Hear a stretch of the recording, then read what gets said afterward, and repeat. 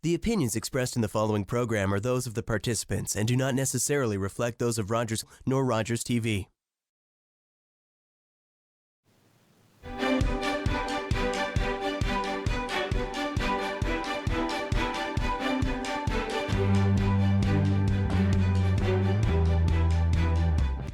Hi, and welcome to Politically Speaking. I'm David Shearman. Welcome back to a new season. And my first guest this year is Alex Ruff, the MP for Bruce-Grey-Owen Sound. But he's got some new portfolios that he's working on, and we're going to talk about that and a whole lot more. Alex, welcome. Good to have you here. Thanks so much for having me, David. Now, as we're taping this, you've just come out of the first caucus meeting with your colleagues in the Conservative Party, the opposition party. We did allow you to get a short break for lunch. Much appreciated. But that must have been an interesting experience because you've got a new leader who was a member of caucus before, and kind of like turning the page, isn't it? It is. I mean, but at the same time, I think it's a continuation of all the hard work that the previous team was doing and everything that we were doing as per what the electorate, put us in power, or not put us in power, but, elected us to do, which in this case, us being in the official opposition, is to hold the government to account, look at the legislation, make sure the legislation that's coming forth is the best legislation possible for all Canadians. And now we do have a new leader, and I think everybody's sort of pumped up. It's that feeling almost like, with back to school, that there is a huge desire and a sense of optimism in a lot of ways from at least those of us in the Conservative Party to get back to work fully in Parliament. And hopefully we're going to see that happen here in the next couple of weeks. It's funny because we're doing this on Skype. We're not doing this face to face, but even through Skype, I sense your energy and your excitement and your. Let's face it. It was you sound pumped. Well, I am pumped. I'm excited to be be back in the House. It's been an interesting spring, obviously, for everybody as the country dealt and the world dealt with this global pandemic with COVID-19. And so there was some special measures obviously adopted in the House with the special committee for a number of months. Then we did have we were scheduled to have 4 accountability sessions this summer. Unfortunately, the Prime Minister chose to prorogue Parliament and shut that down, so we missed that last session. So I think everybody's keen to get back here on the 23rd and get back to sort of normal Parliament or whatever we'll see that looks like. But I think with the economy starting to reopen, schools going back, I think there's going to be a greater desire by all parliamentarians across all the parties to sort of return to some level of normality.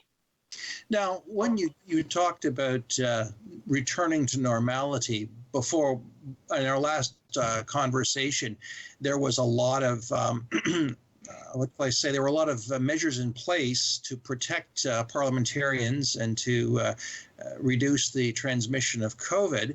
And will you be coming back in the full House, or will you be spaced, or will you be part online, part in person? What's the plan for the? That's a great question that we're eagerly awaiting some indications from the government. They haven't yet really provided that. I know the new House leader and the new Chief Whip, both Gerard Deltel and Blake Richards, the 2 individuals now appointed to those positions, we're expecting additional feedback from the government today. Or maybe, by tomorrow morning at the latest on some indications. Obviously, the speaker had released something a couple, maybe a month or 2 ago now. It's hard, time's kind of just warped here, is with respect to the numbers. So even though with the reduced quorum that all parties had agreed to back in March, to 50 being in the House, the speaker has indicated we can safely put 86 into the chamber with the respect and the physical distancing and health protocols that have been put in place. And again, those are the same protocols we followed today under the direction of the House of Commons administration to do this. And so we successfully ran a great caucus meeting today. national level caucus meeting with those increased numbers in the Sir John A. Macdonald building, and then with the extra overflow in a couple different rooms, or those MPs that couldn't make the trip to Ottawa, they were able to Zoom in, and we did it. So it was a bit of a hybrid model that we conducted ourselves in, but the vast majority of our 121 person caucus were in person in Ottawa today. And it was just, I think you could sense that optimism and sense of, get up and go and energy, I guess, from the group, because it's when I think it's the same as any business or any sort of social interaction. With that lack of social interaction has had a huge impact. And I mean, I've talked to teachers locally, even though, education falls under the provincial jurisdiction, but, but the strain and stress that's been on our students for the last number of months due to that lack of social interaction, especially with the teenagers. So there's the mental health aspect of just getting together and being able to interact a little bit while respecting all the necessary health protocols. It's interesting that the way you're describing it sounds very much like the kids getting back to school. That the MPs are excited and they want to get back doing the business of the country. So that's a good sign. That's a very good sign for all of us. I want to go back a little bit in time, if we can, Alex, because don't worry, we'll come back to the House of Commons stuff a little later in the program. But I wanted to ask you a kind of an obvious question. What did you do all summer? Well, we kind of continued on as per normal. I was in the constituency pretty much throughout the whole summer. And to be fair, it actually was a slower tempo than I think it would have been normally, because we had to respect that. But I mean, I was to a number of events, the ones that still happened outdoors that I was able to participate in. Did a lot of calls early, with some of the business communities, with the ag folks. That never really stopped, trying to understand those issues. Obviously, the workflow coming into the office itself was a little bit higher than normal. Obviously, I spent a bunch of time with my daughter, which was great. We even got a little bit of haying in, which I'm glad it's just a little bit. The body's not used to what it used to be able to do 20 some odd years ago. So, doing it for a couple of days. You can't do a 14-kilometer ruck march anymore, Alex. Well, no, I could do the ruck march. I'm quite confident I'm still capable of doing things. It's just that mowing hay up in the hayloft, that's a different type of muscle and a different type of use. And I mean, part of it's just the lower back and being bent over. And even though I'm the eldest of my brothers, somehow I'm the guy that ends up in the mow when it comes haying time. So it's there was a lot of that. As I said, some time with the family, lots of just sort of getting caught up to some extent. We've got the office up and running full tilt again. We still encourage people to book appointments if they want to come through, but we've got all the safety protocols in place there so that we can, control, the numbers coming in the door. So we're respecting everybody's health. And at the same time, so that's a number of things. Obviously, there were a number of meetings early on in the thing. From a caucus perspective, we met every time before there was an accountability session. So we did that in July as well. And so just looking forward to kind of getting back to some level of normality.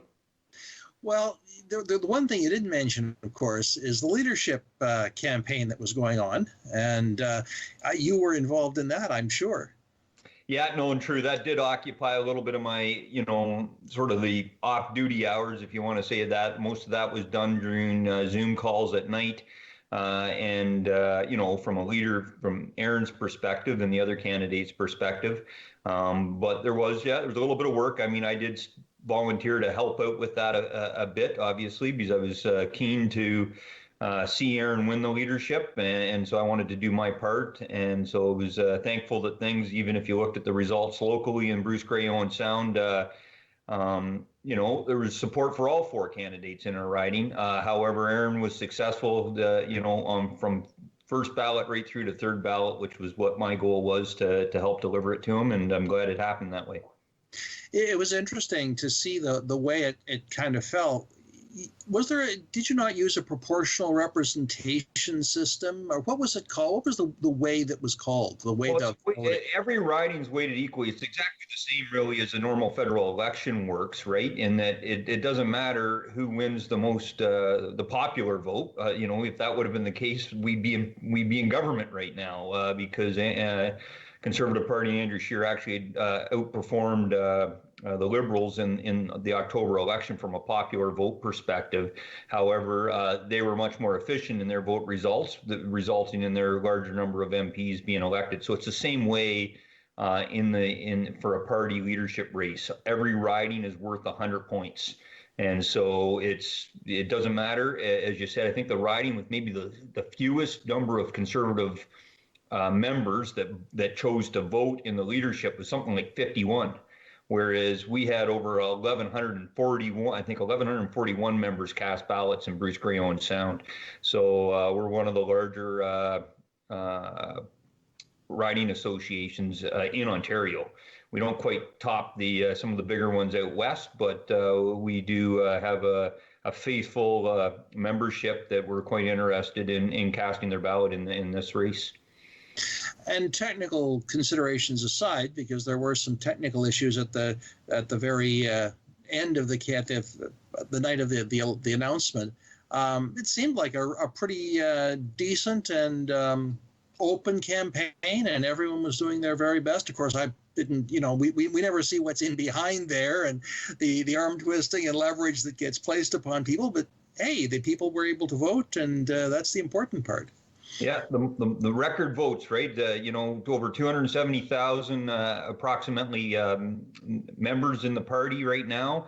Over 160,000 or almost 170,000, can't remember the exact number anymore, cast the ballots, the most that's been cast for any political party in the history of Canada in a leadership race. So that's something to, gives us optimism in our party that, that interest and more people are interested in the Conservative movement. So that's always good. And as you said, it's like any leadership race, no matter the party, there's always a little bit of divisiveness or that comes out during that. And I'm just so impressed at not only Aaron's leadership over the last couple of weeks, but all the campaign teams in the different camps, that they recognize the need for, to bring everything back together and work as a unified front. And that's been the most impressive part of it.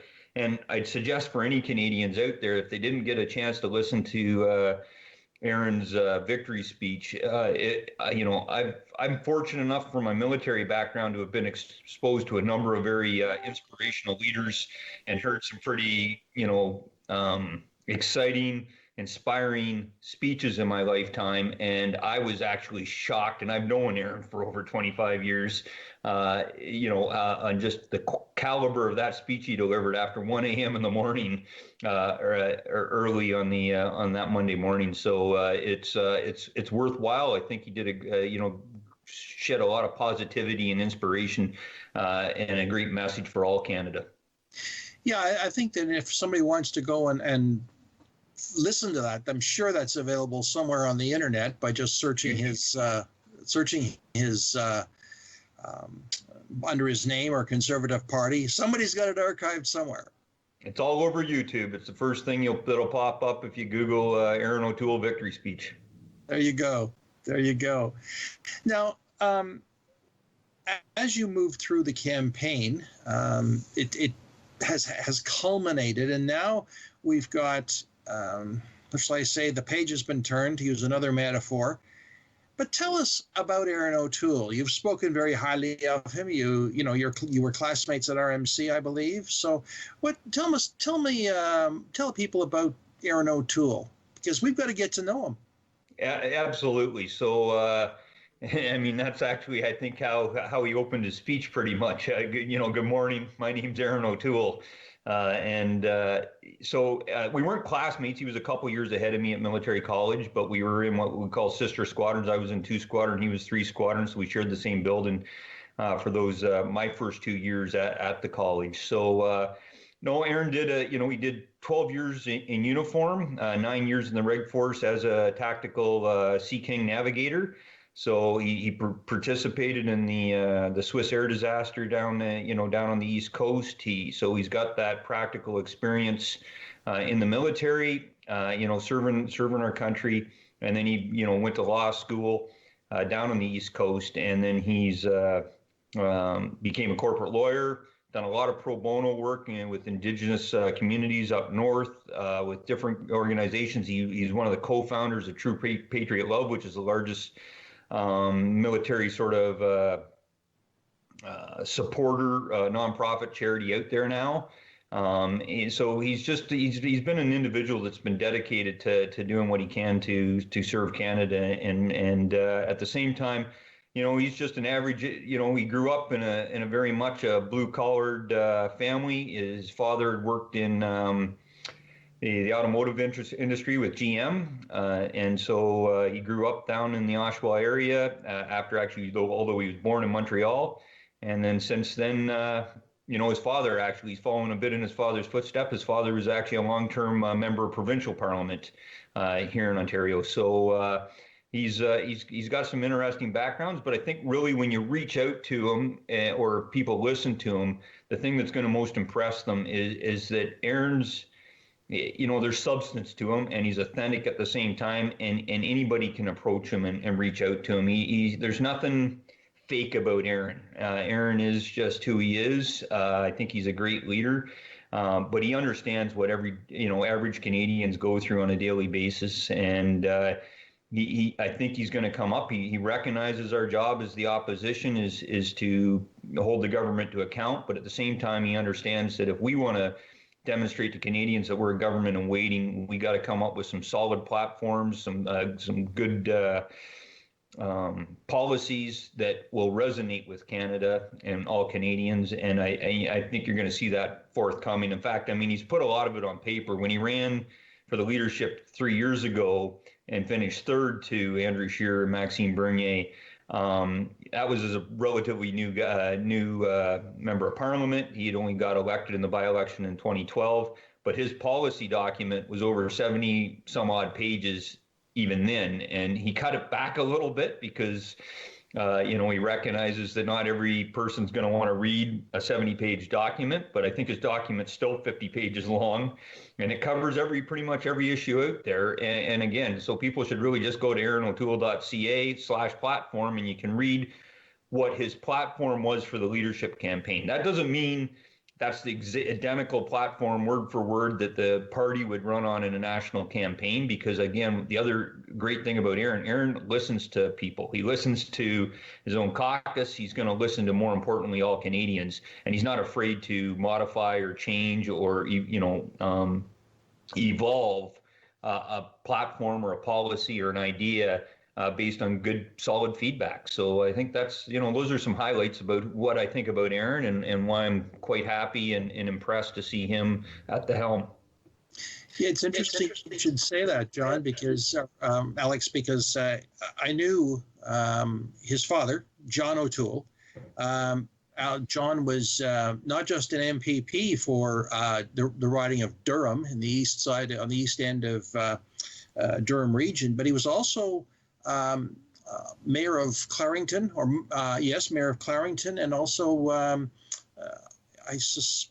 don't think he was ever warden of or regional chair of Durham region, but certainly he would have been active at the regional political level. So if it isn't in the DNA, it's certainly a part. Aaron is certainly a descendant of a political family, that's for sure. And I did notice in the shots I saw of the when he was given the word that he had won, there was his dad right there. His dad and his mom were all right there supporting him, which was kind of good to see.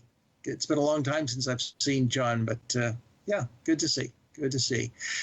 Now, one of the things that we are that comes up in Canadian politics, and you probably can answer this, is how will Aaron O'Toole play in Quebec? Because he's got to be bilingual. That's kind of a given. And Mr. Scheer was competent bilingual, competent in French, but Aaron's got to be able to go in and and meet the people in Quebec where they are. And it's not so much the Liberals that are the roadblock there. It's the Bloc Québécois, because that's been the way the politics have divided for decades. So do you think he has a chance to make an advance for the party in Quebec? Absolutely. I mean, the reason Aaron won the leadership more than anything was the fact he won Quebec during the leadership race. He impressed everybody there. He impressed me. Like I knew, in fact, when Aaron first, in January, him and I had sort of a discussion, when he was sort of contemplating throwing his name into the hat again and running for the leadership. That was one of the critiques or warnings I gave him at the time. I said, hey, I haven't heard you speak a lot of French, recently. That's something you're going to have to work on, because it's something. And he's been working on it to the point where I participated, watched a number of his Zoom calls and with Quebecers. And I was shocked at not only his French, but at his comprehension. Like I like to think I can understand most of it and can get by, but there was some of the questions, and in particular, and I've seen him now performing with the French media. He understands the nuances, and he can get right to it. And even his pronunciation is way better than I ever gave him credit for. And he's to the point where our Quebec colleagues are like, wow.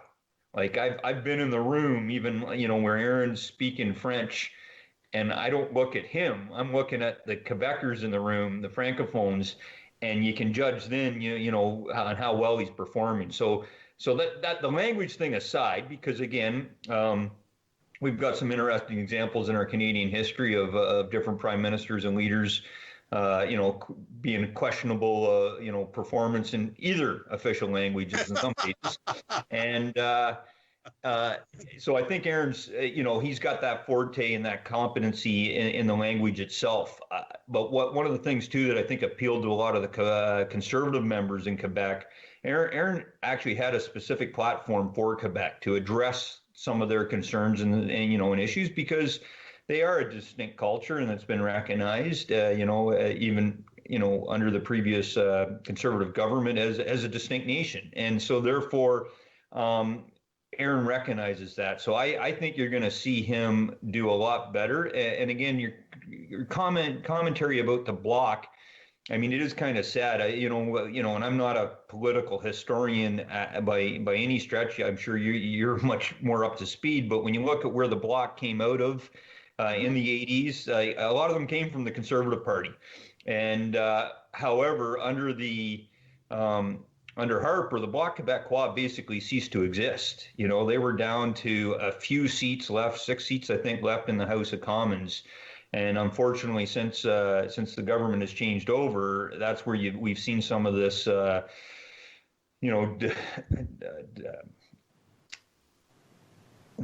change, I'm trying to think, divisiveness, come into the country here a little bit, or in particular in Quebec and out west. But, the Bloc have risen up again just in the last 5 years to where they are a third-party status and have a lot of influence in the House of Commons, which, again, I have no critique against the individual MPs. A lot of them are just great people, and they're doing their best to represent their constituents. But I always question when you have a party in the House whose sort of one of their main purposes is to separate from the country, right? So I believe Canada first. That should always be that way. I mean, obviously, I'm a little bit biased towards the constituents of Bruce-Grey-Owen Sound myself. However, we're all in this as a country and as a nation. It's interesting you mentioned that, Alex, because in 2012, as I recall, that was the election of Orange Crush, when Jack Layton led the NDP and basically wiped Quebec, turned Quebec orange, and that was the result. That left the Bloc and anybody else kind of out of the picture. At the same time, it swung back into the Liberal hands in the last election. It will be always interesting to see what will happen in the next election, whenever that's going to be. And we're going to get to that in a minute, believe me. It's interesting to see that regional nature of this country and the various parties. One of the comments that has been made is that the Conservative Party currently has a strong leaning to the West and rural Ontario, which is, I think, both of them are reasonable and fair comments. Do you think that's going to cause Mr. O'Toole a bit of a challenge? Because, okay, he's got a base, but he's got to work outside his base to win the next election. No, absolutely. I mean, that's not a hidden, secret or anything. We recognize fully as the Conservative Party that in order to form government, you have to win seats right across this nation. The Liberals have demonstrated you can form government without the West because they basically got shut out of the West, which isn't good. Whereas we do got representation. We need more representation in the Maritimes. We need to do better in Quebec, and we need to do better in the 905. Ultimately, we fully acknowledge that your suburban parts of the country around your major urban centers are where a majority of, I think, what you call your swing voters reside. And they're the ones that ultimately will impact and affect. And I think that's one of the great things about Aaron. Aaron understands this. He's been elected or re-elected 3 times now in the Greater Toronto area in the exact part of the country where we need to to win more seats in order to form government. So he gets that. He understands this wholeheartedly, and he understands where we can make inroads. He's got roots, as I said, across the country. And I think, we're gonna get there. I mean, I'm optimistic. It's interesting you mentioned his own history because, as I recall, I lived in that riding back in the 90s, and it was represented by Alex Buchanan, who was a Liberal, and then it went Conservative, and there was some rejigging of the boundaries, which actually caused that change, near as I could tell. And the minister who came in was the infamous, I believe, the minister who I'm pretty sure she was the orange, the $10 orange juice. Yeah, Bev Oda. That's the name, Bev Oda. And then Aaron won. But what's really interesting about that riding is that it's very much, although it's changed, it's a predominantly rural riding. Because it's long. It's the east side of Durham region. It goes up. Well, it did go up as far as Beaverton. It's quite a long ride, quite a rural riding, but it's changing because it's the very eastern edge of the GTA. So it's Aaron has done well. Don't get me wrong. But having lived there, there were, when I lived there, some very true blue Conservatives who would have given the true blue Conservatives here in Bruce-Grey-Owen Sound a run for their money, if I could say that. Wonderful people, I have to say, just wonderful people. But it will be a very, very interesting time as we go forward. Now, before we get into sort of going forward, what I was going to ask you very briefly is, what do the next 2 weeks hold for you? And then what we're going to do is I want to hear about that, and then we'll take a break and we'll talk about your new role and what is going to happen afterwards. So what do the next 2 weeks hold for you, Alex? Well, so I just got a few things to finish up. We've got a couple more meetings here over the next couple of days, and then I'll be heading back home on Sunday, back to the riding for the week. I do have some caucus meetings at the regional side, from an Ontario side, over in Alliston next week during the middle part of the week. But then I'm basically back in the riding all next week, and then we're back here, and we'll have meetings kicking off, even though Parliament doesn't reconvene until the 23rd. We'll be back. We got meetings already booked in on the 21st. So, there will be, I think my schedule is going to be fairly busy, working with Mr. Richards and the House leadership team once we get a little bit more fidelity from the government and the other opposition parties, and coming up with sort of what we think Parliament's going to fully look like, and try to get as much of that negotiated ahead of time, so that there's some semblance of agreement going into the way we think things should look and move forward. Because ideally, we're there to work for Canadians, and I think everybody, we won't agree on all aspects, but ultimately I think all the parties want to get back to work and get back to the House. And that's a great segue into what we'll talk about after the break, Alex, because that is really where you are. You're right in the middle of that. But we're going to take a quick break, and we're going to come back with Politically Speaking. I'm David Shearman. Talk to you.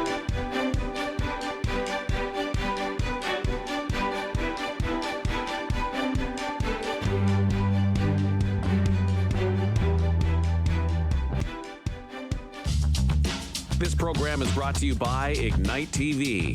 Now you're in command. Visit Rogers.com for more details.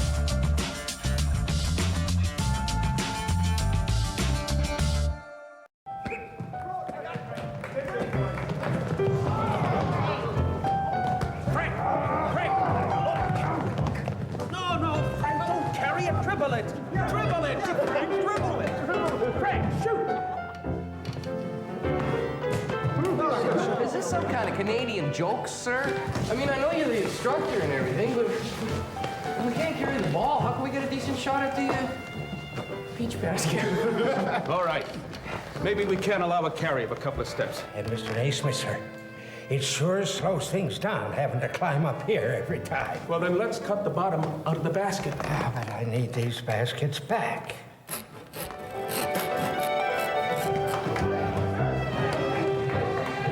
100 years after James Naismith from Almont, Ontario invented it, basketball was being played by hundreds of millions of people around the world. What kind of show do you want to see on Rogers TV? What interests you? Log on to rogerstv.com, fill out a show proposal, and tell us about your segment idea. We want to know what you want to see. Rogers TV, only on Rogers. The opinions expressed in the following program are those of the participants and do not necessarily reflect those of Rogers nor Rogers TV.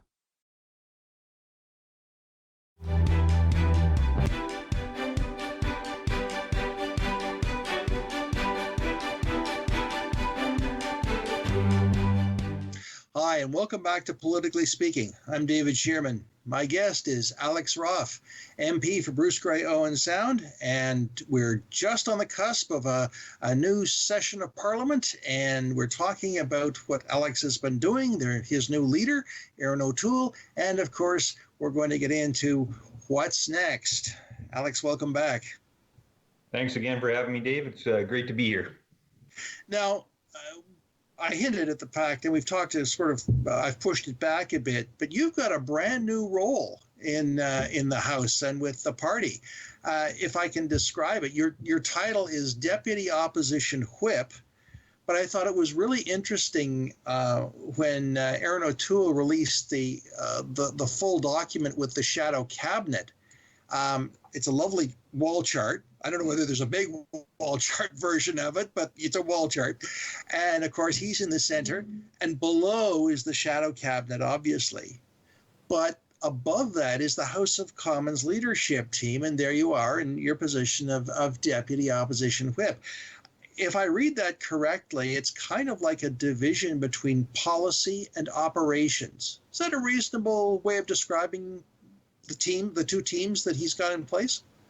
Actually, I think it is a pretty good way to describe it. I never thought of it that way. I mean, I used the word operations myself in sort of describing my role when I was doing an interview, I think, with Bayshore Broadcasting there a week or two, I guess 2 weeks ago now. It's crazy how fast time goes. Actually, no, it was just last week. And that's the way it was described. Like, one of the descriptions was sort of what my role, or really my direct boss, i.e.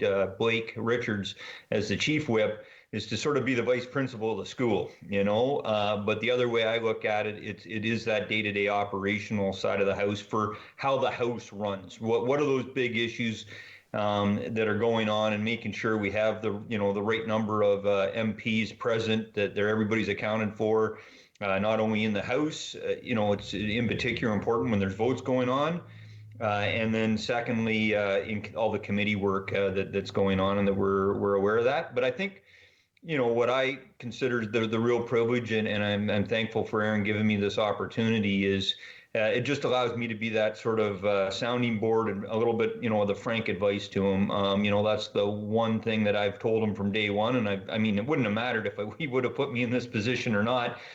He would have got it from me anyway, right? Because, that's just who I am. And I think we have a history in this riding, both provincially and federally, of having MPs that aren't afraid to, speak up and represent their constituents wholeheartedly. So, but I think you're right. A good way to describe the difference between the two sort of split their division of work or labor within the team is your shadow ministers are focused very much on the policy aspects, looking quite in depth into all their respective counter government's legislation that impacts their specific portfolio, coming up with critique and ways to improve it. But at the same time, working really in reality, what our platform would be or what we think would be a better way to solve the puzzle. Whereas ultimately, we're there to sort of, my role is a bit more involved in the sort of let's make sure everything's working on a day-to-day basis and stay focused in the way forward. Yeah, because I see that on the policy side, there's some very familiar names. I mean, Pierre Poilievre is back in finance. Mr. Scheer is also back in the shadow cabinet as infrastructure and communities. But there's other familiar names that Marin Gladue. I'm just looking at some of the ones that I recognize right off the top. Rob Morrison for national security. The Honourable Peter Kent for Employment, Workforce Development, and Disability Inclusion. That's another long-time member going back many years. But the operations side is equally interesting because you've got yourself plus Candice Bergen, a very clear Quebec lieutenant in Richard Martel, and it looks like a very, very interesting group to work with. Now, I wanted to ask you, you referred to the number of people, making sure that all the MPs were present and accounted for and were there.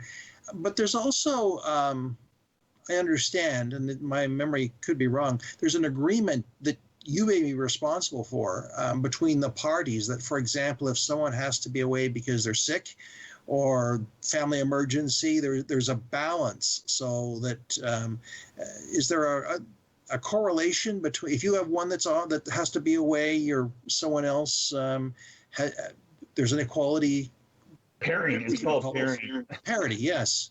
And so, yeah, there's something unofficially that way. There's no current official agreements. That's the one thing when you prorogue, everything gets thrown in the garbage. That's the one thing I don't know if all Canadians understand fully is that when the Prime Minister prorogued Parliament, even every single one of pieces of their introduced legislation go back to square one. All the committees stopped. And so a lot of progress got thrown in the trash bin when the government was prorogued. And so, but that includes sort of the agreements that we had for hybrid sittings, the agreement for reduced representation in the House, and even something like pairing. So there that is a policy or a procedure or practice, I guess is a better word, that has been used historically. It still is normally used. It's normally initiated more at the bequest of the government, not the opposition parties, and it's the government asking to do that when they have to have a minister travel or something like that, because obviously, and then what they'll do then, especially if there's a shadow minister, let's just take defense, for example. If you look historically over the last few years with Minister Sagen, who's been the minister since the Liberals formed government, and James Bazan, who's been the defense shadow minister, a lot of the time when the minister travels, if the situation allows, he will take the shadow ministers from the opposition parties with him. So James sometimes travels with them, and you provide that thing, and at the same time it protects the sort of integrity of the election results, because if not, if the government takes too many of their people away, it could lead to them getting defeated in the House. And I believe that the government, not this government, we're going back probably 40 or 50 years. That has happened. It's been very, very close, and governments have been brought down. Yeah. No government's been brought down recently that I'm aware, but there have, because they weren't confidence votes. When they're confidence votes, normally there's a lot more detail or attention to detail put into it. However, there have been votes in both the previous Conservative government and even in the previous session, from my understanding, that didn't go the way of the government of the day because of somebody messed up a little bit, right? Or it resulted in, it got interesting, to say the least, apparently. So that'll be part of to stay on top of that. And again, the unique challenge that we have right now is at the same time holding and making sure we're following through once an agreement is struck between the different parties, that you don't have too many people in there. And again, that's where it really gets tricky, because when you talk about, about a lot of MPs, regardless of party affiliation, that they're there to represent their constituents, and there's a lot of pressure from their constituents, as I said, regardless of what party they're there, the banner that they're under, to be there, and their constituents expect them to be there. But when you are, for health reasons, like right now, or over the last number of months, that you've agreed to a reduced number, you have to find that fine balance. And some MPs, it's their privilege to be in the House. Like, it doesn't really matter what agreement there is. The House of Commons is a unique spot, and as an MP, you have been bestowed some very unique privileges, and nobody can stop you from being there, kind of deal. So the challenge is to work that and make people understand, encourage them to understand, the reasons why and the complexity. And again, to allow in the case now, Blake Richards, that, if he's the one that's made that agreement with the other parties, to be a person of his word and to respect that. And so, it's all about teamwork and working together. And I think that's the key thing that you'll see. And that's as I said earlier, what's most impressed me is just how quickly our whole team's very, very focused and unified on doing what's best for Canadians and getting refocused after the sort of the internal competition, for lack of better words, to now focus back on what Canadians elected us to do.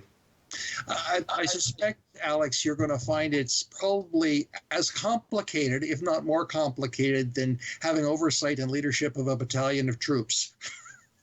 Well, it's a lot more nuanced for certain, and again, we have a chain of command within the Canadian Armed Forces, right, or within a battalion. So when you're the CO, I can remember it was a brand new second lieutenant up in 3 RCR, and the CO, for lack of better words, we thought he was God almost, right? Because what he said went, and I don't mean that in a derogatory sense at all. They were just it was impressive to see, and that's the way that the chain of command functions. We have a semi chain of command, I guess you could say, within a political party.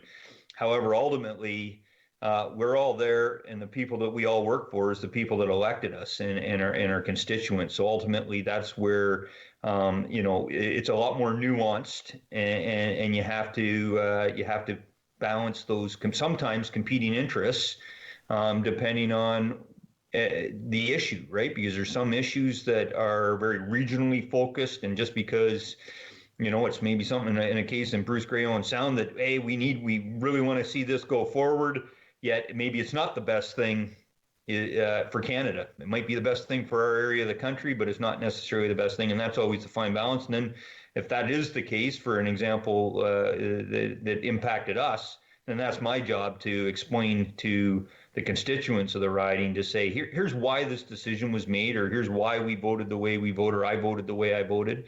And ultimately, I have no issue. It's called being accountable. I challenge you. I challenge all the constituents of Bruce-Grey-Owen Sound to hold me to account. I'm a big believer in doing what you say you're going to do, and at the same time, the responsibility fully stops with me, right? I'm the one that was elected, and I have no problem accepting that responsibility and being held to account for it. One of the things you said earlier was the impact of COVID-19 on the community. Impact of COVID-19, it's obviously on the House of Commons. It's caused a huge amount of change in the way you do things. But stepping forward as the House comes back in a couple of weeks, do you think that we will see changes, not just operational changes in the way House does things, but will there be lessons learned?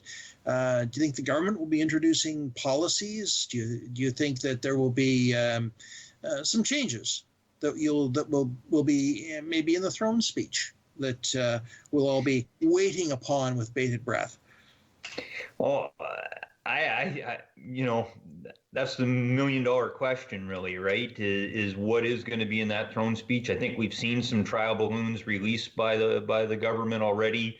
That's been, either leaked to the media, and some of the stories that have been running, just how big of a deficit, are they going to run going forward? The $100 billion more dollars have been bandied around. That could be them just saying, hey, we're going to spend this much. This is how much more money we're going to run, and then when it comes out, this speech from the throne may only have $40 billion additional spending. So, and then it'll be like, oh, all right, see, it can't be that. It's not that bad. We're only spending another $40 billion.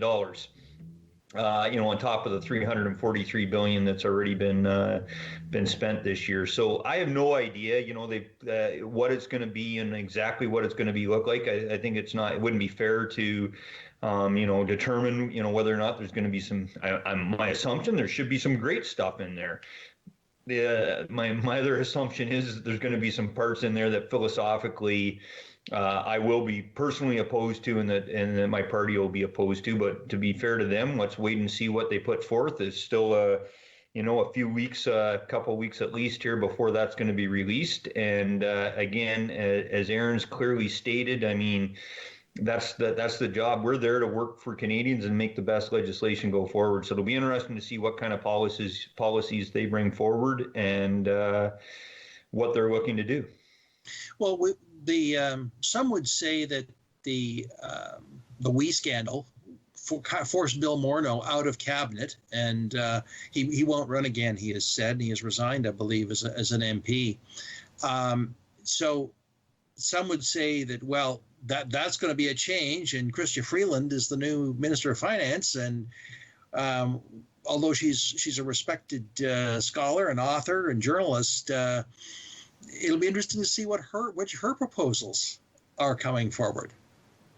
No, absolutely. As you said, she's to give her credit, she's obviously hasn't been tarnished with the same brush as some of these scandals. Although, interesting enough, when you mentioned the WE scandal, she was chairing the cabinet committee, the special COVID government committee that made the decisions on awarding that contract to the WE Charity Foundation, which was that new third organization of WE that was stood up with that. So again, I think that's, personally, that's what bothers me a little bit, is some of the hypocrisy that's come out of the government. Hey, kudos to them when they won in 2015 on running on being an open, transparent government that will never, ever prorogue Parliament.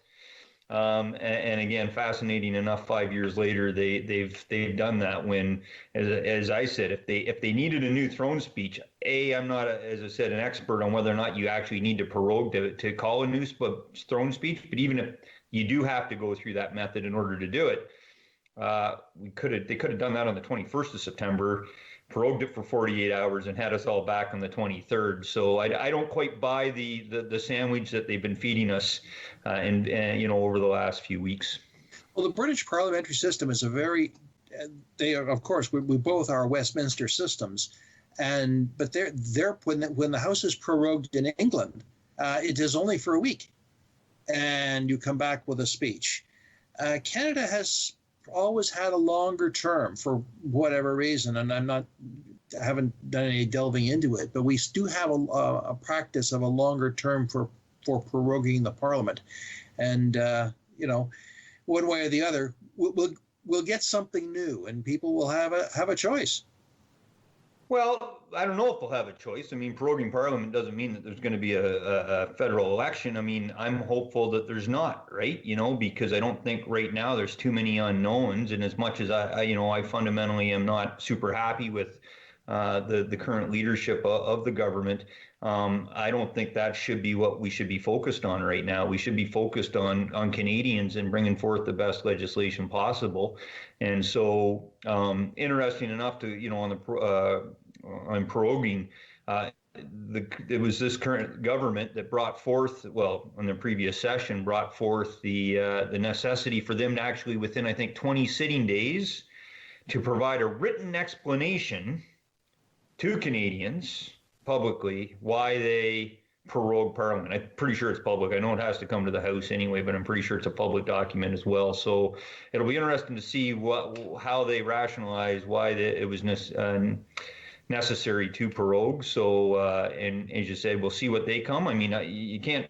I agree that the situation's fundamentally changed from the election last fall, and so refocusing is absolutely possible. I just think there was lots of ways they could have done that without necessarily proroguing. And it was even more frustrating when 2 days after they prorogued, they brought forth another $37 billion worth of legislation to help Canadians that they've now can't introduce because they prorogued until after we reconvene and kind of go through this other that. And meanwhile, some of the benefits that are tied to that new legislation and tied to CERB, tied to this new, I think, Canadian or Canada recovery benefit and enhanced EI, is that they can't, the current suite of programs ends at the end of September. So they're not even going to be able to technically get it through. So it's, to me, it's a little bit like, almost threatening us opposition parties to say, hey, if you need to do this, otherwise this legislation won't go through, because if we fall and we got to go to the election, none of that will get passed, because obviously Parliament will be dissolved. So, I've never been a big fan, regardless of who's in government, of the political games. Let's just focus on doing our best to support and represent Canadians. I share your lack of desire for a December election, or a November or December election. That's and particularly in the midst of a pandemic. That's we will see what happens. We may end up there, but winter elections, having been through a few over the years, they're no fun at all. And we'll just have to wait and see, I guess, Alex. So you're going back to the House. You'll be back in the House a few days before, in Ottawa, a few days before the House reconvenes. And you'll be going through the ceremony of the speech from the throne and all that pomp and circumstance and stuff. And you all wear your best bib and tucker, and the Supreme Court justices wear their ermine robes, and the Governor General does her thing, and away we go. Yeah, it's going to be fascinating to see what it looks like in this COVID environment, because obviously, unlike the throne speech last October or November, I guess, whenever it was, I guess it was November before it was actually delivered. We were all jammed in there. I mean, not everybody could even fit because of obviously the Senate being in a temporary new location as well. So it just wasn't, I was jammed in the back corner, kind of deal in behind, not even in the actual Senate chamber. So you could kind of watch it. You were there, but, whereas now I think the vast majority of it will be done with a very reduced representation from the House of Commons side of the House. And we'll see how it all plays out, right? So yeah, that's lots more to be sort of figured out and within the respective administration staffs of both the House of Commons and the Senate. Yes, and it will be, and what shall I say, not just an important moment in history. It'll be an important moment just in Parliament, simply because we've never been in COVID before. This is all a new way of being government. And for yourself as whip, you've got not just the traditional and historic role of the whip, but you've also got, as part of the operations team, how do you navigate the House in this very different time? It'll be interesting to see what changes both the government proposes as a result of COVID and what things actually get passed, because that'll be what everyone will be watching. Absolutely. Yeah, Alex. So you said you'll be in the riding just for about a week or so, and so I presume that if people want to reach out to you, they can contact you through your constituency office and set up an appointment. Are you finding that you're able to do more work by Zoom now? Are you able to talk to constituents using various teleconferencing software like we're using? For the groups, right? The Chamber of Commerce's, the beef farmers, any of those type municipalities. I'm fortunate enough. I listen in and more as just to listen to get a feel for it with the regional sort of, I think it's Grey County sort of chairs it, Recovery Task Force, and some of the different groups that do that. So that's where, if it's a group meeting, definitely using a lot more. But when it comes to individual one-on-one, the vast majority hasn't really changed. It's still majority sort of either email or personal phone calls.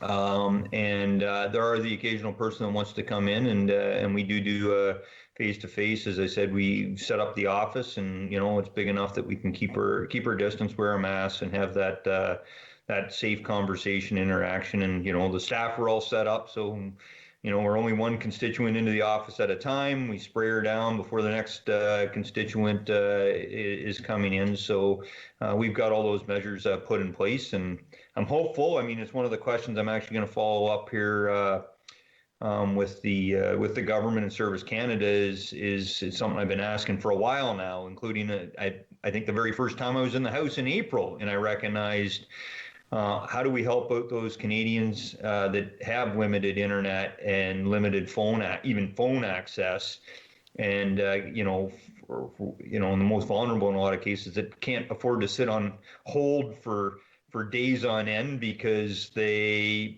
only have a cell phone and they have limited minutes and they can't be on hold.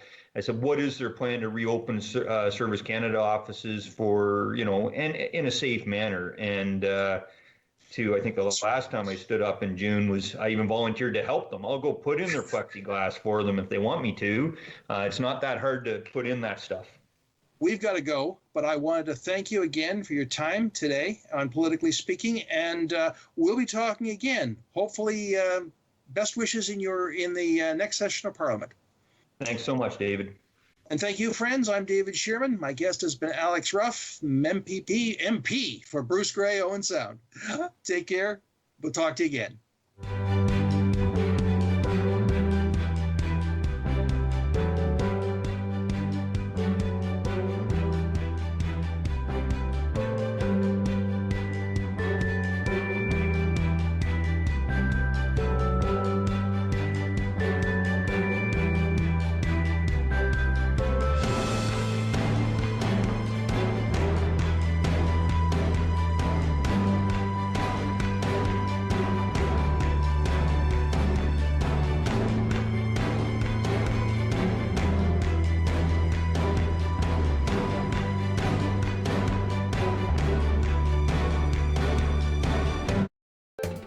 Call the Rogers TV viewer response line, email us, or connect with us on social media.